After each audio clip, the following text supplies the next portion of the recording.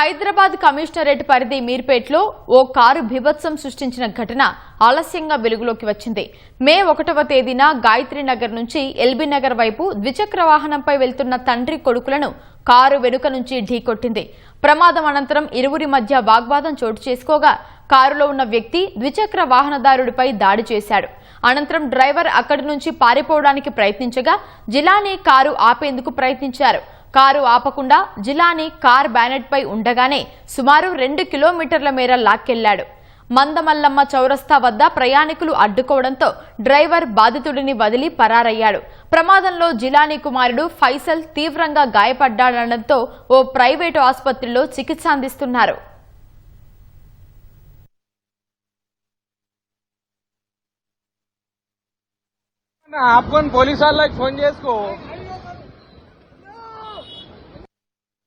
నేను మీర్పేట నుంచి LB Nagar చౌరస్ 2 wheeler మీద పోతున్నాను. ఆ గాయత్రి నగర్ టర్నింగ్ కాడ మనకు 4 వీలర్ కార్ వచ్చి వెనకంగా గుద్దేసి మా అబ్బాయికి గుద్ది జుట్టు పట్టుకొని డివైడర్ గుద్దుకుంటా పోయిండు.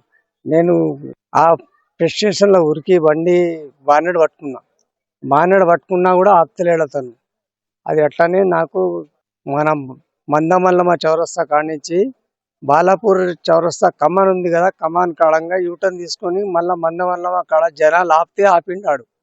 ఆపి నేను బండి ఇచ్చిపెట్టగానే మళ్ళా వెళ్ళిపోయిండు. మా అబ్బాయికి చాలా దెబ్బలు తగినాయి, చాలా సీరియస్ గా ఉన్నాడు. మొత్తం బొక్కలు కాళ్ళ చేతులు బొక్కలు ఇరిగిపోయినాయి. ఏమో పోలీసులు మాకేమైనా సాయం చేస్తే చేయాలి. నేను గరీబోని, కిరాయి ఇంట్లో ఉంటా.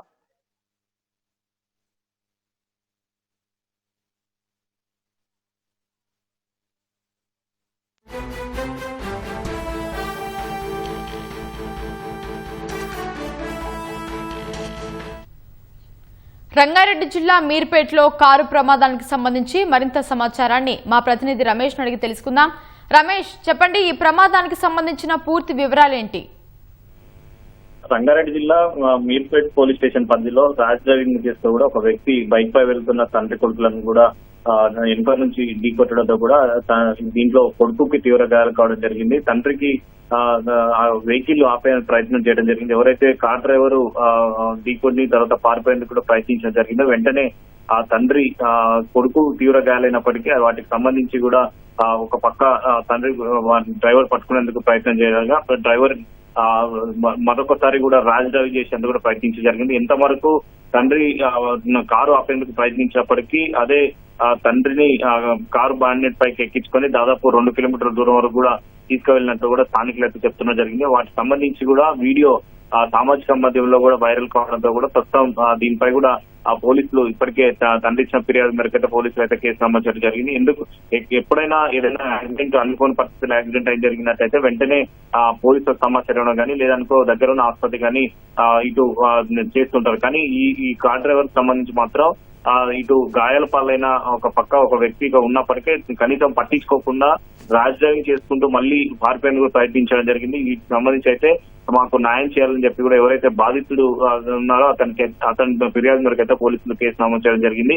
ఈ ఘటన ఆలస్యంగా వెలుగులోకి రావడం జరిగింది. 2 రోజుల కింద జరిగినట్లయితే బాధితులు అయితే చెప్తున్నారు. ఈ ఘటన పైన కూడా పోలీసులు కేసు నమోదు చేసుకుని అసలు ఆ కార్ డ్రైవర్ ఎవరు, తర్వాత ఆ కారుకు సంబంధించి కూడా అప్పుడు ఉన్న సిచ్యువేషన్ ఏ విధంగా ఉందని దాని మీద కూడా పూర్తి స్థాయిలో దర్యాప్తు చేస్తున్నారు. దర్యాప్తు తర్వాత కూడా మరిన్ని విషయాలు తెలుస్తాయని చెప్పి కూడా పోలీసు అధికారులు చెప్తున్నారు. ప్రస్తుతం అయితే కార్ డ్రైవర్ ఎవరు, తర్వాత కారు ఎక్కడి నుంచి వచ్చింది, ఎవరు అనేది కూడా ఎవరు డ్రైవ్ చేశారని దాని మీద కూడా ప్రస్తుతం పోలీసులు అయితే దర్యాప్తు అయితే చేస్తున్నారు. ధన్యవాదాలు రమేష్.